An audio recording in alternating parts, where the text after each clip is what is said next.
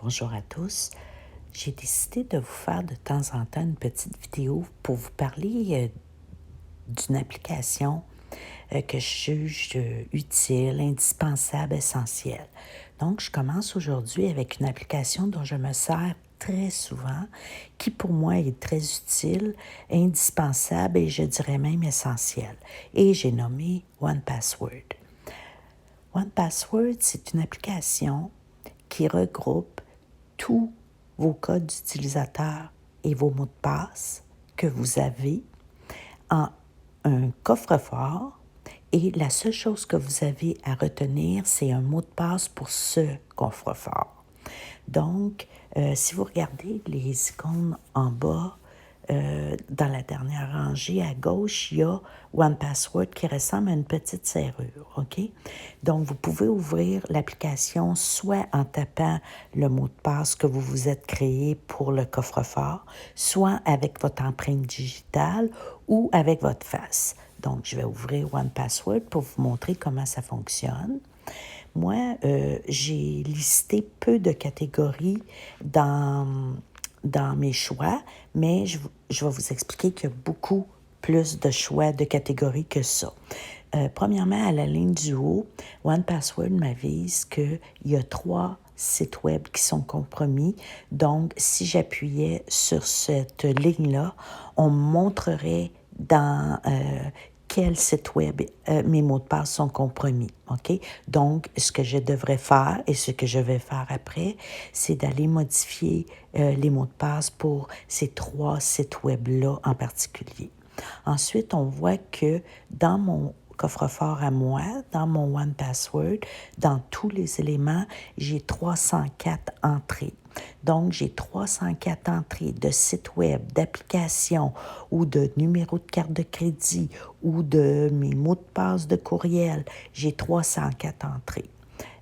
Moi, je choisis la plupart du temps notes sécurisées dans les catégories. Comme vous voyez, j'en ai 251 parce que j'ai trouvé que c'était avec notes sécurisées que c'était plus facile de faire mes entrées. C'était avec notes sécurisées. Donc, je vous montre tout de suite à faire un ajout. C'est simple, hein? Il y a un petit plus en haut à droite. Alors, je vais peser sur le petit plus et là, ça me liste toutes les catégories possibles. Donc, vous voyez, même si je rentre mes numéros de carte de crédit dans notes sécurisées, il y a une catégorie qui s'appelle carte de crédit. Il y a une catégorie, si on descend plus bas, qui s'appelle compte email, où vous pouvez rentrer vos adresses courriel et les mots de passe associés. Vous avez même une catégorie pour votre numéro d'assurance sociale, votre numéro de passeport, votre permis de conduire, permis de chasse. OK? Donc, pour mon exemple d'aujourd'hui, je vais quand même choisir notes sécurisées. OK? Ça m'amène ici. En haut, je dois écrire pour quelle application ou pour quel site web je veux créer une note sécurisée en ajoutant mon code d'utilisateur et mon mot de passe. Donc, mettons que je viens de faire un achat sur un site web où on m'a demandé de m'inscrire. J'ai dû me créer un code d'utilisateur et un mot de passe. Donc, je vais aller marquer, admettons, le nom de ce site web-là. Je vais dire site Internet d'achat. OK? Ensuite, je vais peser sur Remarque et c'est là que je vais rentrer mon code d'utilisateur. Admettons, Luce. Là, je vais en rentrer un fictif, là.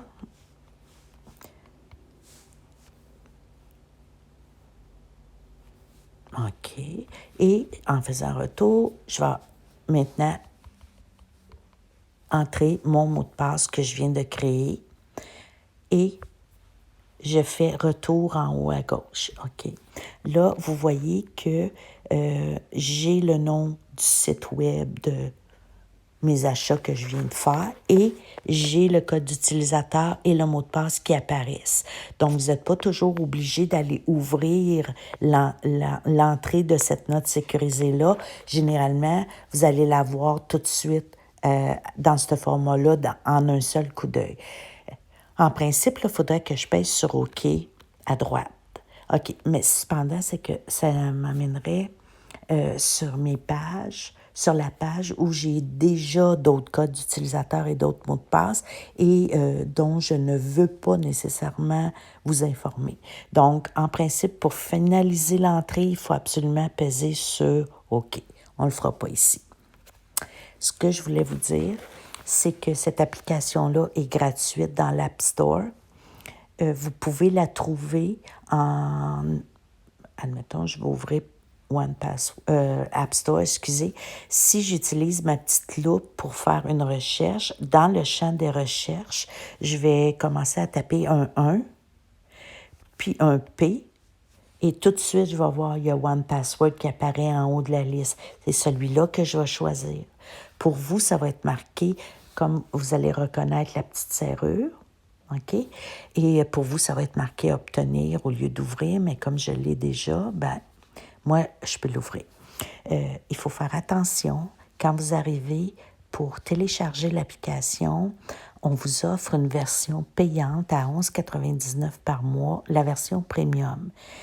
Il ne faut pas choisir la version premium, il faut vraiment choisir la gratuité.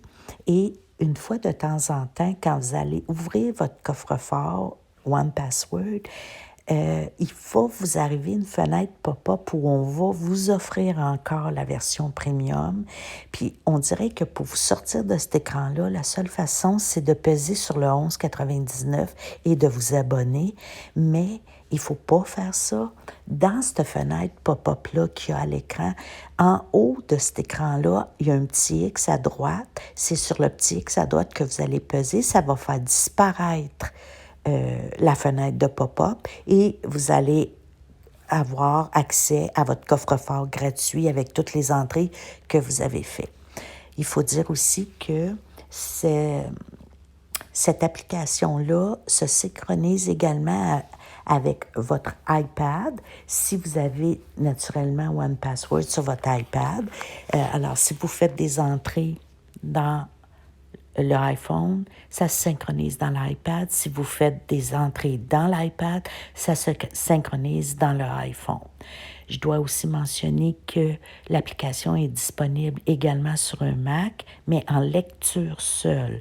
Donc, il n'y a pas possibilité de créer ou de modifier des codes d'utilisateur et des mots de passe à partir du Mac. Par contre, si vous avez besoin d'aller consulter quel est votre mot de passe pour un site quelconque, vous pourrez accéder à l'application One Password du Mac et en lire les informations que vous avez besoin. Alors, c'est tout pour le moment. J'espère que ça vous a plu et je vous recommande fortement, vous devriez avoir l'application One Password dans votre cellulaire ou votre iPad. OK? Bonne journée. Merci.